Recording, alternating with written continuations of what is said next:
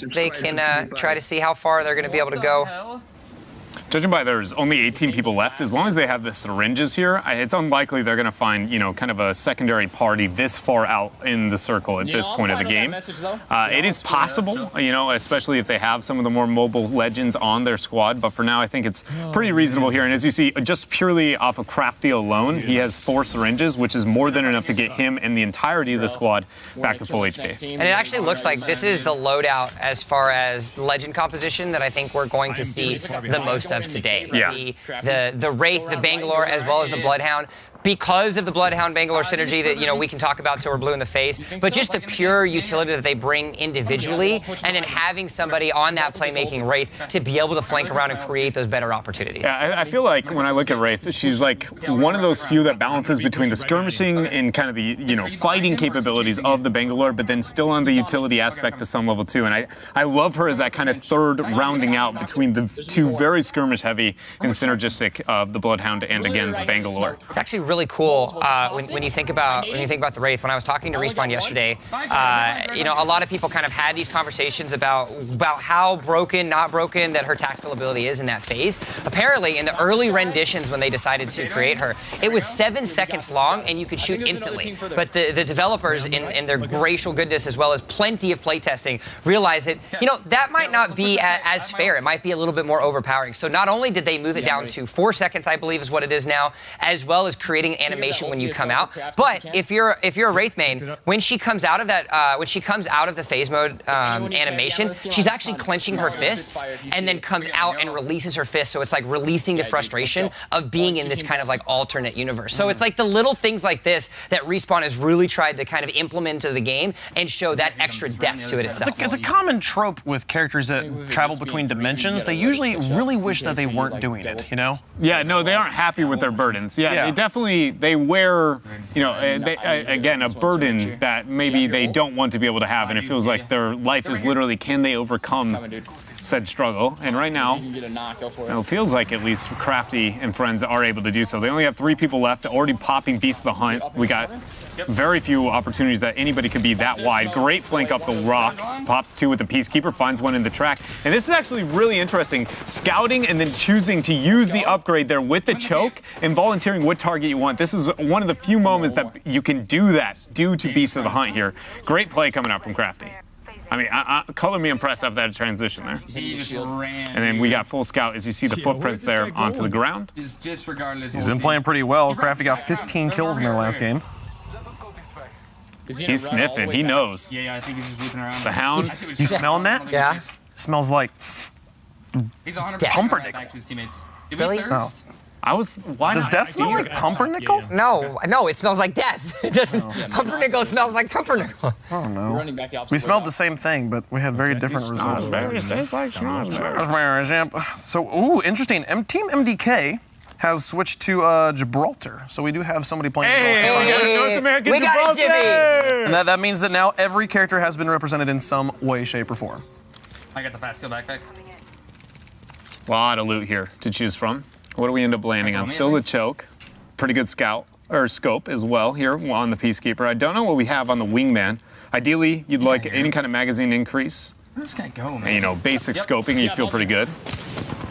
Thing goes up the hill. Yeah, he's got a full loadout here. He doesn't have the one-time digital threat that I think everybody wants to have at some point or another. But he does have the Skull Crusher piercing hop up, which is extremely important if you want that extra damage and you're able to hit those headshots. Yeah, Disrespect now backing to shield and heal, but the rest of the squad's still willing to push up. The Broys have crossed into the 100-point club here.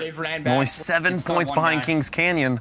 Hunting for that second place, but right now, somebody's got to catch Reed's money team. And I think there's a very big thing to highlight here that's kind of going on the action, beyond the competitiveness within the standings, within the action in this game. Dr. Disrespect is completely kind of isolated from the rest of the squad, while Crafty has some kind of poke onto a different end. Dr. Disrespect was able to survive, and it feels like able to bring his HP back to full and join with the rest of the team, but for a moment there, it felt like they were going to just kind of get pincered right through the squad. You can't seem to find this enemy. We'll tell you how this game ends, and if you want to follow all the action, go and jump on to Crafty Stream. Go follow Viz. Go check out Dr. Disrespect. Right now, I want to go jump up with some people we haven't seen yet today. Here's Team Papega. This is Lyric, Shorty Guy, and Seagull, who have been doing pretty good and are really creeping up on Disrespect the Craft. I'm sad to see that Seagull does not have an immediate wingman, but let's be real, that could be loot or just difference of preference. By no means does he have to. It's just that in my head, that was Dreadnoughts, what I wanted to see. But we'll see if they go for it later. And this one here, we're currently watching Lyric. Thinking about picking up the piece. He already has a Peacemaker. You know, he's good to go. Right now, a Peacekeeper. I called it a Peacemaker. Dang it. Yeah, I definitely like set the bad precedent on that one. I called it Peacemaker once. It's like a pacemaker, but just so it's the opposite of a pacemaker, to be honest. Yeah, the pacemaker keeps you alive. The pacemaker restarts your heart when it stops. Somebody over The there. Let's head that way. Peacekeeper just stops your heart. Right now, your boy Seagull, though, doing pretty well. 13 kills in his last game. 6, 7, and 9. 6 the fewest kills he's gotten so far. The one thing I will say about Seagull, you know, I've gotten to watch a bit of his stream in the past, and again, you guys have the opportunity to tune in with him, but a few times I've been able to meet him, just a very, very kind and, you know, cool guy to be able to hang out with, and I feel like it translates over to stream as well, so sure to check that out, guys. Same thing for Shorty Guy that you have on the screen right now as well. Very genuine individual, plays a lot of different games, known for some of his Rainbow Six. Of course, he is one of the trio of Giant Waffle, Lyric, as well as Shorty Guy himself that have played a numerous amount of games, specifically Rust, Minecraft, all the like. They definitely love those survival-style games that you can kind of have a little bit of fun with. Now he finds himself off in really good lighting. I don't see him, but Yeah, no, I love his setup. I love the symmetry of the lights that are behind him, too. Like, gets the full purple look going, but then has a nice orange as well. It's a very solid setup. Very like simple but sophisticated look. Not complicated clothing. Oh no, Seagull goes down. Go help him, Shorty. Lyric looks like he's trying to pressure up to be able to help him. Help him, Lyric. He's still revivable technically for a short period of time, now only recoverable on the banner. Oh, but he's reviving him. He's getting Seagull back up. You see the wingman trade, actually almost no damage taken here by Short Man. Or Short Guy, excuse me. Shorts Man. Shorts Man. Shorts, man! It sounds like a dude who only wears shorts. It's like a never dude. He's like an only short. I believe his first name is Guy. It is. Short Man. And so it is a combination of the fact that he is a short person. His nickname That's Shorty. short, though. He is kind of short. He's like almost 6 foot. I don't believe it. You're pulling a Nick Merckx on me right now. I'm just saying, I'm a slightly above average human being, and both of you make me look like a short guy. So I think that was one of the greatest redeeming features is when we have when we're standing in front of the rosters and we both actually can like look each other in the we're just eye normal and talk. people Yeah, we're now. just normal-sized people. Come over and hang out with us. But oh no, you said the shots were gonna hit. Well, just in time. He doesn't want to hear us talk about ourselves. He wants to let us know that he can shoot with the wingman and hit those shots. Indeed, he can. ooh, that headshot back to back there. Only one whiff in between, but it was all that was needed there in that tense moment. Seagull ended up surviving that very risky situation. I say surviving, but what I mean is completely dying, have an ally go res him, and now able to reloot. Which, to be frank, other than stats, no difference when it comes to game outcome. Beauty in Apex, though, you know, man? Just getting the people back up, and even when you're dead, it doesn't matter. You can still be respawned. And so we did not get to see anybody actually jump out of the plane and jump back in after being respawned in Europe. I hope we get to see that. But let's go check back in with Kings Canyon right now. Dizzy has been doing some pretty crazy stuff, and right now he's at 8 kills in his current game. I'm gonna take the 285. Rocking the Spitfire and Peacekeeper. And that beautiful skin. Every time I just get a little bit more jealous, and I'm like, why don't I have that in my life? If I had a skin that had a melee weapon he could hold, I probably would just run around with it. I would remember to put my weapons away more often because I'd get to see the cool skin. I think That's actually a really good point. There's a tactical advantage to the skin. Yep. Respawn, please. A really cool thing about this as well is watching the proficiency of how quickly they're able to loot, and a huge component of that is specifically with what Apex Legends is actually able to do when you're swapping over to attachments. Because the game automatically puts attachments in there, it makes these high APM players that can click through able to get themselves an upgraded piece of equipment and then go right back. A huge component of that, of course, is Sean Slayback himself, the weapons designer for Respawn. And if anybody wants tips, the man is always on Twitter throwing weapons tips. He was actually throwing the ones about the digital thread out there and kind of giving everybody and dropping the knowledge. And as a result, you can see how much better these players are able to loot and go because of these little tiny things that he did when he made all these weapons. Summit Josh and Babai, and also Visrespect the Craft jumping in to that 3-digit club now. A tight race for third places. Kings Canyon starting to pull away a little bit, but Reed's money team as well, really making that distance up right now.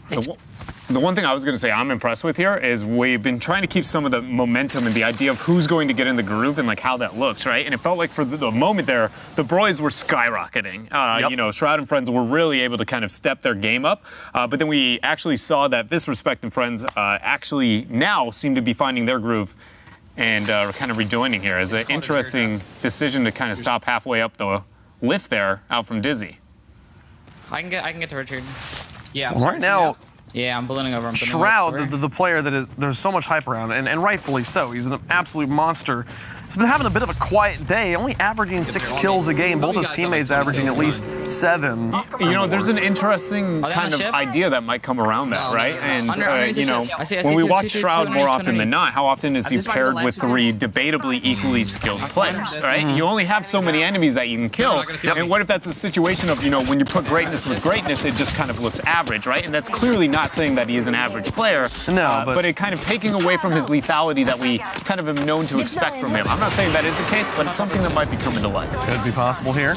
Meanwhile, while all of this is going on, Ninja tries to jump across the roof of the building to scope something out and immediately gets tagged up. He's forced to use a shield battery. He's going to take down one. Thankfully, he's got a giant magazine to Spitfire. He's going to swap over, but he gets tapped on the face. He's going to get knocked down. That's going to be the full takedown. Now, there is 90 seconds for his teammate to get that recovery. You can hear him communicating with his team and saying, guys, I'm going to need to respawn. Yeah, that was a really clutch moment there. You could understand the crouching to go for the swap. I think he didn't have the immediate shot after the swap when he actually revealed himself quite yet. The animation was just finishing.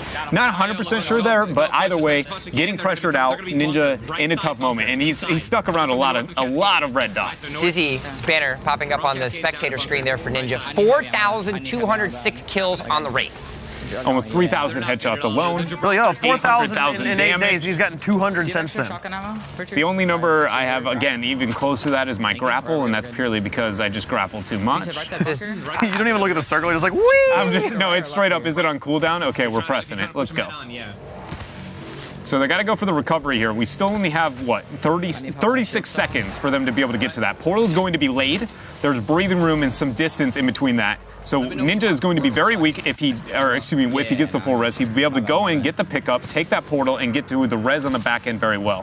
Dizzy has a very in, out, jobs done type deal, but the most important thing is that he's late enough that I'm not sure if he's going to fully make it. Yeah, it's going to be really close. 15, 12, 13 seconds left remaining now before, and I think he's going to have to just make this conscious decision of, sorry, Ninja, I'm not going to be able to pick you up here. We need to make sure that we get these eliminations. He recognizes that. He throws the Arc Star out to try to get a little bit of cover fire. Now Dizzy's going to try to pop right over. He's going to come through onto the roof. You can see the mark on the artillery strike, but a nice little spray to be able to get the knockdown. He's going to try to go through. Gibraltar's there, so he's going to have to run through the shield because, as we've noticed throughout the course of the day, it is not breakable.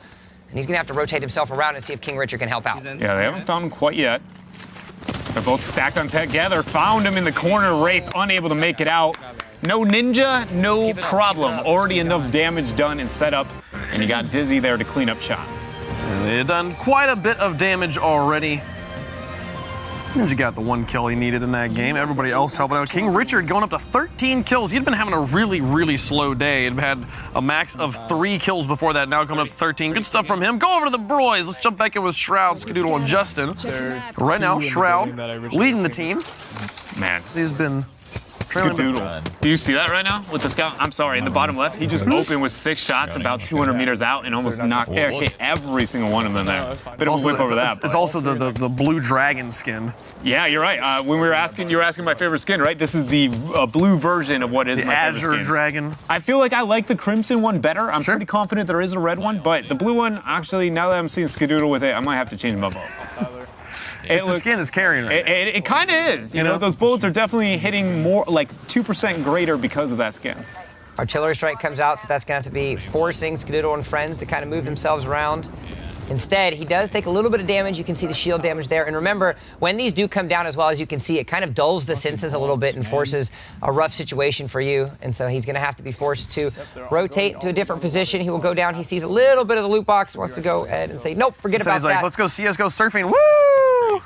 Sliding is so much fun. It is. And one of the coolest things about it, we've only seen it come to life once, and it was at the beginning of North America, is that you can heal during it. You have the opportunity to be sliding and healing at the same time. It's one of the fastest mobility while also having maximum HP, increase in, kind of just health effectiveness overall at the exact same time. It's one of my, one of those small but great choices made overall here. Now we've got all these pings showing up on the map as he gets another one. Can he finish him here? He's one shot from getting and he confidently takes it. We see right now, Skadoodle on the Bloodhound, there's all these little markers that keep showing up on the ground. Can we explain to people that maybe don't know what that is, what we're looking at? Talking about that a little bit. Ooh. Okay. All right, we can talk about it again. His teammate helped him out a little bit. So Bloodhound, known as the lethal tracker in Apex Legends, as they decide to end up killing the champion there. When you actually see those marks, it lets you know where the enemy has been, or that the enemy has been there X amount of seconds ago. So 3 seconds, 5 seconds, 50 seconds, something like that, which allows you to do exactly what this legend was created for, which is to track. Now, in combination that you find with that ultimate ability that you see in the middle that's kind of highlighted and active, that's going to be Beast of the Hunt, his ultimate, which then kind of gives you more of an opportunity to track them, highlights them a little bit more, but more importantly, gives you the speed upgrade so you can track them a little bit more efficiently. As now the standings have appeared, 6 of our 8 teams are now above the 100-point mark, 151 points for Reed's Money team, 130 for Kings Canyon's, 21 points, a little bit of that lead being expended. Right now, we only really have 2 teams that have experimented at all with the changing of team comps. Right now, Ninja, one of those teams. He played the Lifeline after switching off of Bangalore, and now he's on to for his next game, he's going to be on the Bloodhound with King Richard picking up the Bangalore, so they have now adopted the Bangalore Bloodhound Wraith, what it seems to be the meta comp right now.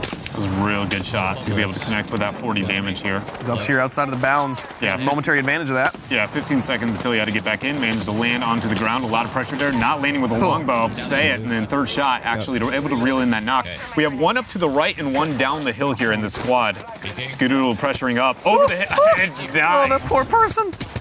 Oh, and a snap rotation to be able to get the execute there. Love it. One more final target shot. practice. One more final shot to make sure he gets that elimination as well as the extra point onto the kill counter for him. 4 squads, 12 players left alive now. That's 5 kills into the hands of Skadoodle. He's going to do a nice little 55 dink onto some epic armor, and he's going to snap from one side to another as both of the members pop out. Unfortunately, none of those shots are going to be able to hit, but it's doing just enough to occupy them as it looks like his teammates could have an opportunity to roam around. Still trying to peek. No, there's 2 up, one off to the right, a little bit one off to the left. Not able to land that one as they drop down, both stacking on top of each other. 1, 2, 3's a charm. And he finds the first knock, swaps over to the scout, drops down 4 and 2 knocks here. Coming right out of Skadoodle, and look at the longbow, brings it back out. Oh my, not able to, he barely able to make it out of the smoke, but let's be real here, after those 2 knocks. Do you want to talk about confidence? You're talking about a scout and a longbow. You're talking about 2 light and heavy ammo snipers, essentially, single shots. How many squads did they just wipe? 2? Yeah, they just wiped 2 squads. I also want to point out that Justin is just nowhere to be seen. He's just somewhere off this way. When he gets out done looting, you'll notice on his mini-map, there's the yellow arrow that indicates where Justin is. It's just pointing off the map. He's like, he's over this way. You can't even see him. He's so far. That was Shroud and Skadoodle by themselves, wiping 2 squads.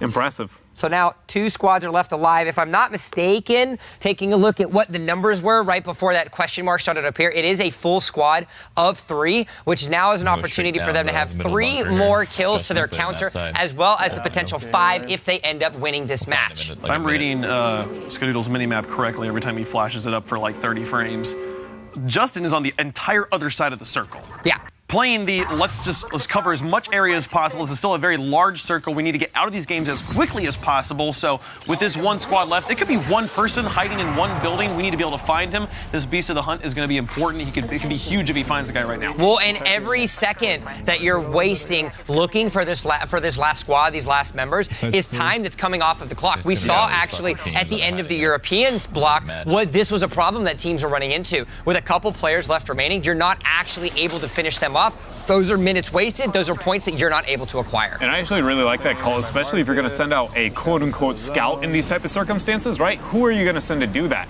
Somebody with a portal to be able to get you closer, and with an iframe to be able to survive a all-in initiation 3 versus 1. You legitimately can almost not choose a better legend to have that, to be that kind of, I'm going to be that rogue agent, if you will. I'm a fan of the Pathfinder in that area too, only because of his mobility, but let's be real here, you can't just nope out of a fight the same way a Wraith can. I mean, you're a fan of the Pathfinder in general. I am, but I'm trying to not put my bias in there, right? Objectively, he is good in these moments. They have spread so far out as the point total's coming in. Kings Canyon's continuing to creep a lot closer to Reed's money, and this respect 1 point ahead of the Broys right now. They really could get this win. It would really help push them up. But Pepega 1 point behind them. Such a close race right now for third. We're gonna have to clear every house, I guess.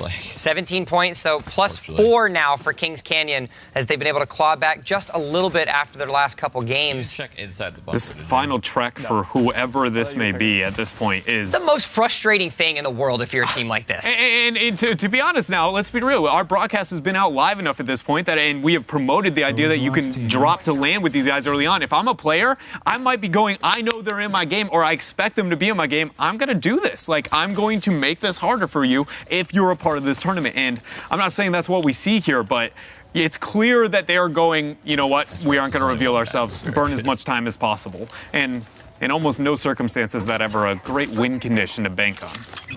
Scanning the area. You can hear him talking, bro. Where is he? Never Bro, lucky, apparently. what's going on? Never lucky. And yeah, you want ultimate accelerants, I feel like, for your Bloodhound here. This is one of the few moments that I actually think we've seen an objective, priority onto somebody other than a lifeline for ultimate accelerants. Late game, Beast of the Hunt. You want that as much as you can if you are, confident in calling out your opponents that you're better than them. Yeah, you got to be able to find these people, especially when time is money. It's not about how many games you play, it's about how many games you can Time get is in. literally money in this Literally game, too. money. Let's be real. Time is literally money in this situation. Leb. Where the fuck I am? I don't know, where are you? I was going to say, that's what we're saying about that other squad member right now, aren't we, Shroud? The death box not allowing the door to open. Just get pissed off of it and kick it. But I love how you have to kick it twice. It's like once, and then it's like, all right, the door won't open. All right, screw this door. The whole second time just to break it through. Well, I feel like they've been all This guy over knows. this map. He I mean, find these that people. we- Where he knows are that they? we- We're, played what, the I'm going to time. say my internal clock is saying like 15 seconds out from Bloodhound ult, and that's when we're going to find it, I think, if ever.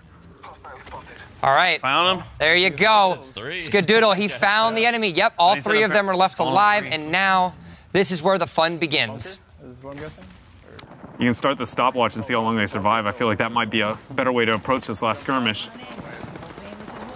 Shots are coming out from all different Kraber sides. He's got the flame. Kraber. That's 125 on the body shot. They're going to try to run in onto the building. He's got the R301. Isn't able to get the spray. He is able to get it on the other side. He's going to have to be forced to rotate down. Artillery strike is still left alive. Bangalore is going to get a little bit of a speed up onto the lifeline. He knocks down Don Price. He goes for the hip shot. That's going to be number 2. One player left alive. Beautiful movement there from Shroud. Something we're going to talk about later. He barely misses that Kraber shot and they'll fly down.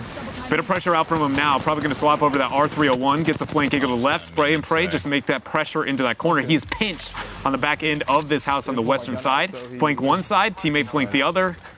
And Skadoodle and Shroud feel like they are about to close this round out. I do like this decision by him, though, to not over-aggress and go into the mark. He actually decides to heal up onto the shield battery first because he knows he doesn't want to stake anything to chance. He wants to make sure it's there, but it doesn't matter. Champion banner pops up. The Broys get themselves a win. I think he used a finisher there? He did, actually. And win the game. And I know this is a couple of seconds ago, but I talked about the movement you saw out of Shroud. The biggest thing was not only was he able to move between two those gas tanks twice and actually spray a couple of shots in between that, but then the second he breaks line of sight, he immediately lifts up. The Bloodhound thinks he's going to match him in a one-to-one, sprays into the lifeline, and then turns the corner after the Bloodhound realizes he has completely misread. That was a full just movement alone, beyond the fact that he can point and click and shoot like Shroud can. Movement carried him there. A master class in motion and positioning from the Shroud Meister. And now back over with Dizzy at 11 kills again.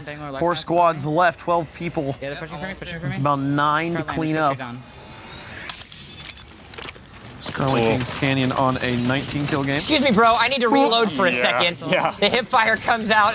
Dizzy able to get himself another elimination. It doesn't matter. It's always the worst feeling in the world when you're on the other side of that. When you're on the other side of that fight and you see someone reload completely, and he's able to get himself another one. There's 3 squads left alive now for Dizzy and his crew.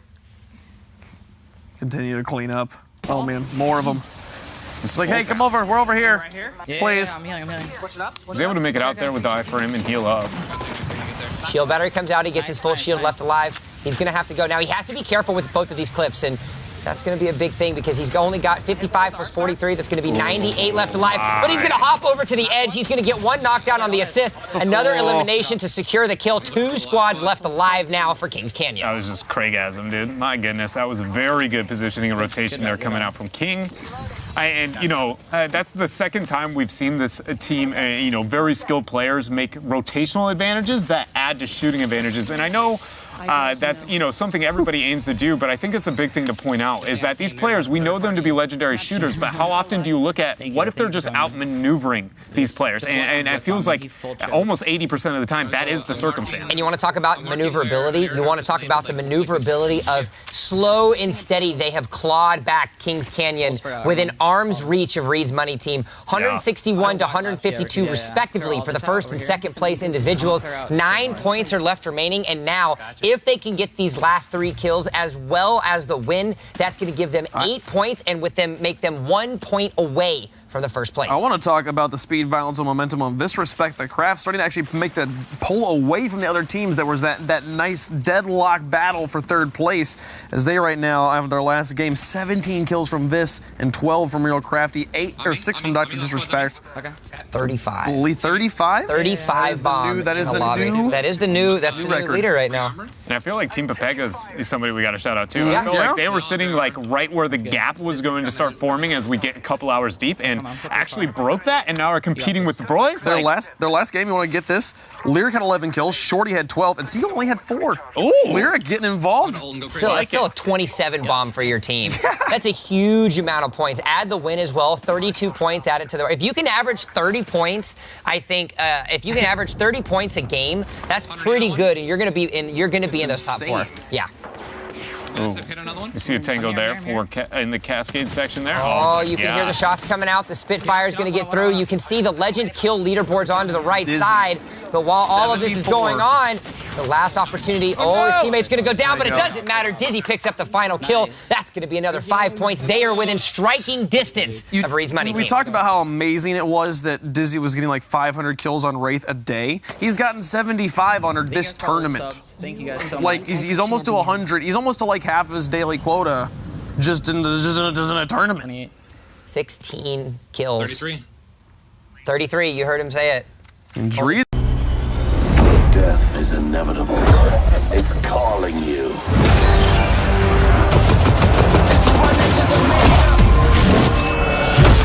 Tell Death I said hello.